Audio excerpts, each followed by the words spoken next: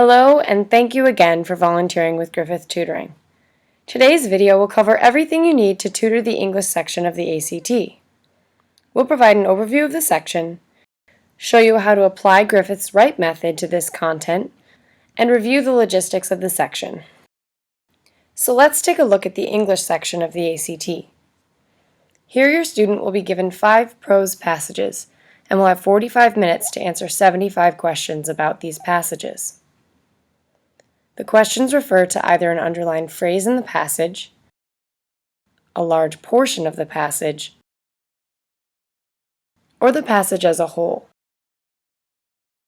Within the English section, you'll see 2 types of questions: grammar-based questions, which ask about grammar, and broad questions, which ask about broader concepts within the passage. There are approximately 65 to 69 grammar questions, and only 6 to 10 broad questions in the English section. Additionally, grammar-based questions take much less time to complete because they refer to specific phrases within the passage. When working through the English section, your student will not need to read an entire passage to answer any given grammar-based question, but rather should only need to look at the sentence containing the underlined portion to find the answer. Since grammar-based questions tend to take less time, and since there are so few broad questions, we encourage students to skip the broad questions and spend the majority of their time thoughtfully tackling grammar-based questions. So let's talk about the types of grammar-based questions your students will see on test day. Grammar-based questions test your students' skills in the following 4 areas: phrase simplification, punctuation, verb tense, and possessives. Let's take a look at the first concept, phrase simplification. Phrase simplification questions ask students to put in the underlined portion the phrase that is most concise. For these questions, you want to encourage students to use simple words, avoid repetition, and to be clear and concise. For these questions, remind students that less is better. Question 1 on your screen is a great example of a phrase simplification question. So let's use RIPE and apply the phrase simplification rules that we just learned. The first step of the RIPE method is to restate the question. So let's take a look. At first glance, you might ask yourself, how can I restate the question if it isn't even there? But see, the question is inherent.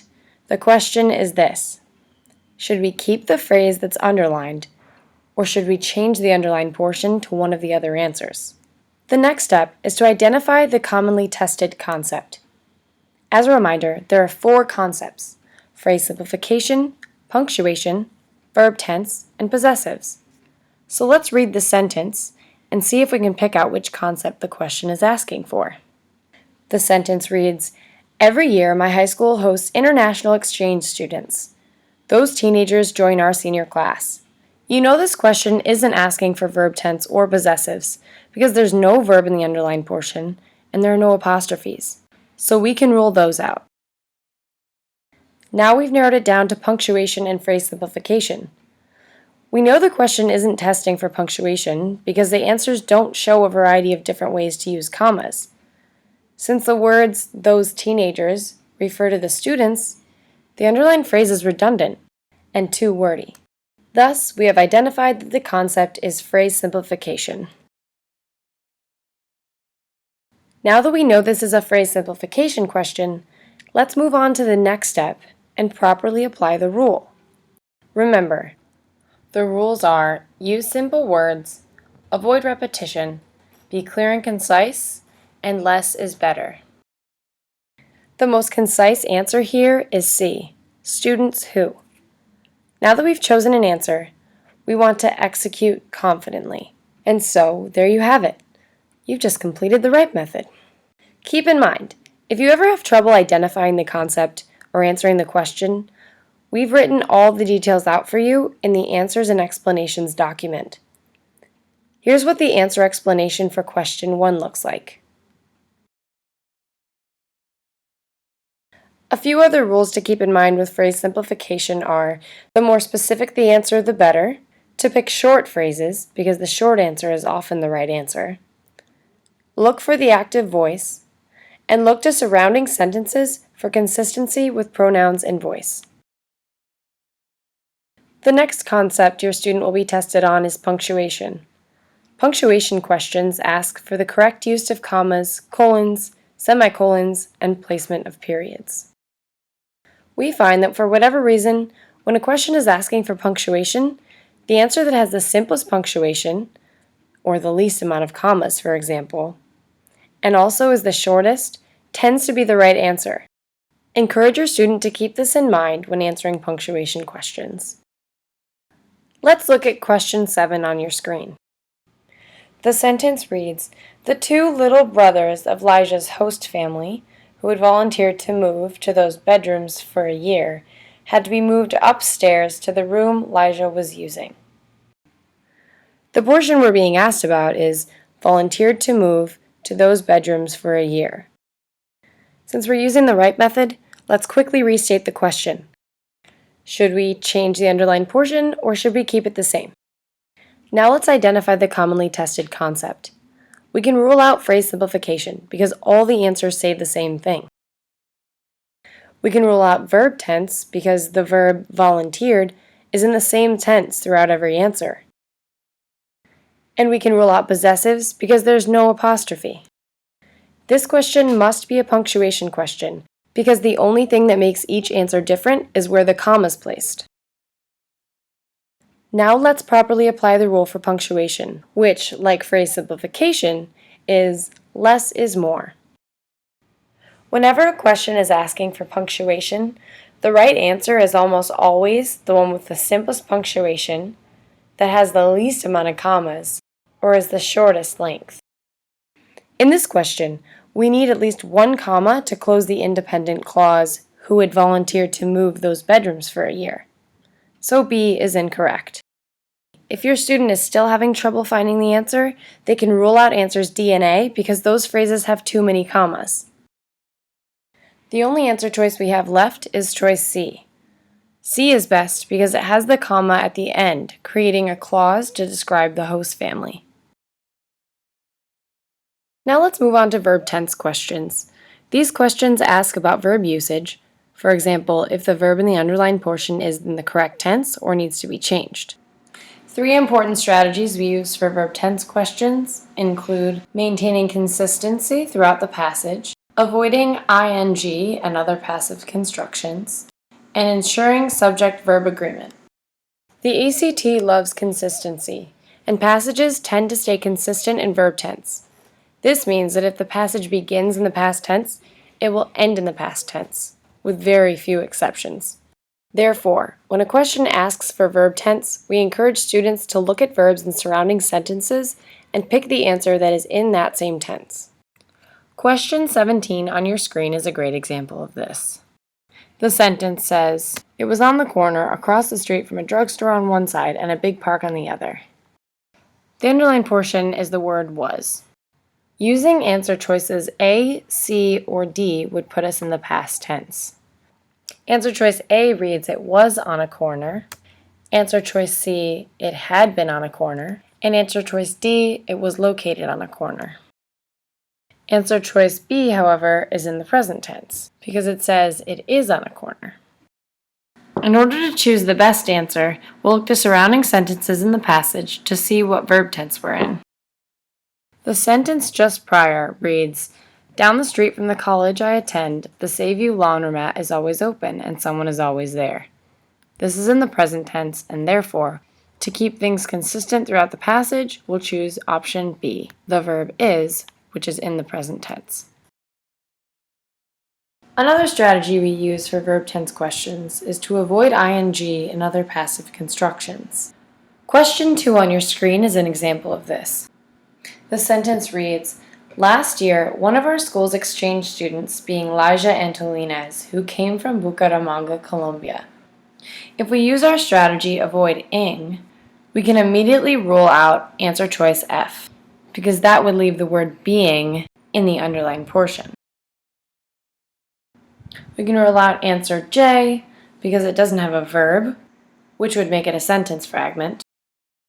And we can rule out answer choice H, because named is not the correct verb and has unnecessary punctuation.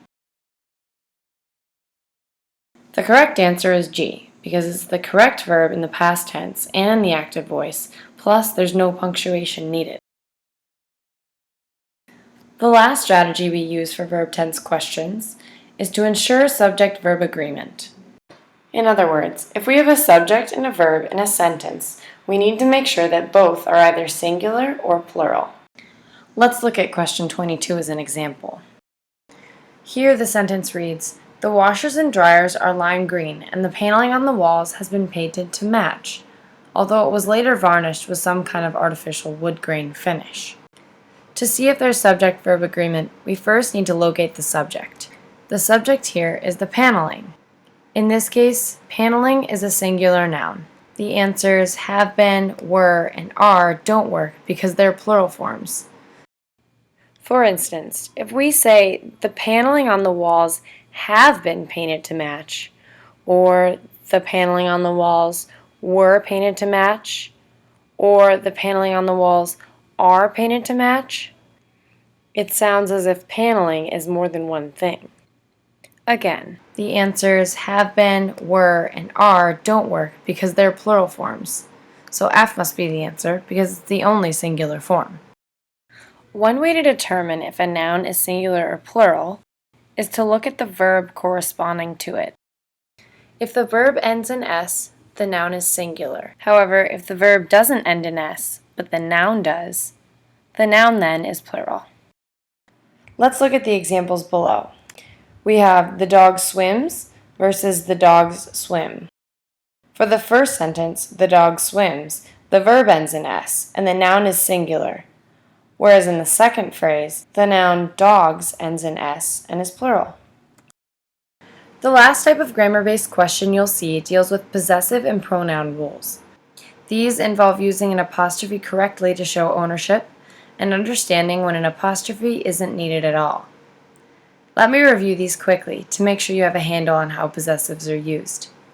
Singular nouns followed by an apostrophe S indicate that the noun has ownership of something. For instance, in the sentence, "the man's coat," the apostrophe is used to indicate that the coat belongs to the man.